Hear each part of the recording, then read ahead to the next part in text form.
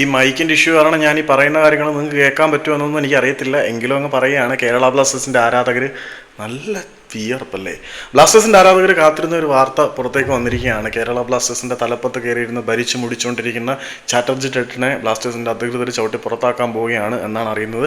കേരള ബ്ലാസ്റ്റേഴ്സിൻ്റെ ആരാധകരുടെയും ഫാബിൻ്റെയൊക്കെ സമ്മർദ്ദത്തിൻ്റെയും പ്രതിഷേധത്തിൻ്റെയും ഒക്കെ ബലമായിട്ട് ബ്ലാസ്റ്റേഴ്സ് എന്ന ക്ലബിനെ ഒരു കുടുംബ ഭരണത്തിൻ്റെ കീഴിൽ കൊണ്ടുവന്ന് അണ്ണനെ ചവിട്ടി പുറത്താക്കാൻ പോകുന്നു എന്നുള്ള വാർത്ത നമുക്ക് സന്തോഷം നൽകുന്നുണ്ട്. അണ്ണൻ ഒഡീഷയിൽ നിന്ന് കേരളത്തിലേക്ക് വന്നതിന് പിന്നാലെ അയാളുടെ പങ്കാളിയെ, കാമുകിയെ, പിന്നെ വൈഫിനെ പിടിച്ച് ടീമിലേക്ക് ജോയിൻ ചെയ്യിപ്പിച്ചു.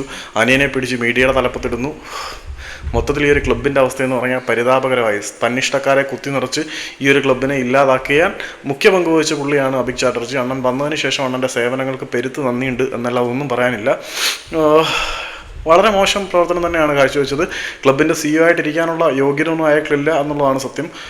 ഓപ്പറേഷൻസിൻ്റെ ചുമതല ഒഡീഷയിൽ വഹിച്ച ഒരു എക്സ്പീരിയൻസും കൊണ്ടിട്ട് കേരള ബ്ലാസ്റ്റേഴ്സിൻ്റെ CEO ആയിട്ട് അവനെ നിയമിച്ചവൻ്റെ തലമുണ്ടയ്ക്ക് ആദ്യം അടിക്കണം. അതവിടെ നിൽക്കട്ടെ, വേറെ കുറേ കാരണങ്ങളുണ്ട്, അതിനെക്കുറിച്ചൊക്കെ നമുക്ക് പിന്നീട് സംസാരിക്കാം. ഏതായാലും നമുക്ക് പേഴ്സണലി അറിയാവുന്ന കുറേ ആളുകളെ തന്നെ ശബ്ദം ഉയർത്തുന്നതിൻ്റെ പേരിൽ ബ്ലോക്ക് ചെയ്ത് വിടുന്ന ഈ അഭികേട്ടായെ പോലെയുള്ള ഒരുത്തൻ ബ്ലാസ്റ്റേഴ്സ് എന്ന ക്ലബിൻ്റെ തലപ്പത്തിരിക്കാൻ യാതൊരു യോഗ്യതയില്ലാത്തവനായിരുന്നു. ആളിനെ ചവിട്ടി പുറത്താക്കാൻ പോകുന്നു എന്നുള്ള വാർത്ത തന്നെ അത്യാവശ്യം ആശ്വാസവും സന്തോഷമൊക്കെ പകരുന്നുണ്ട്.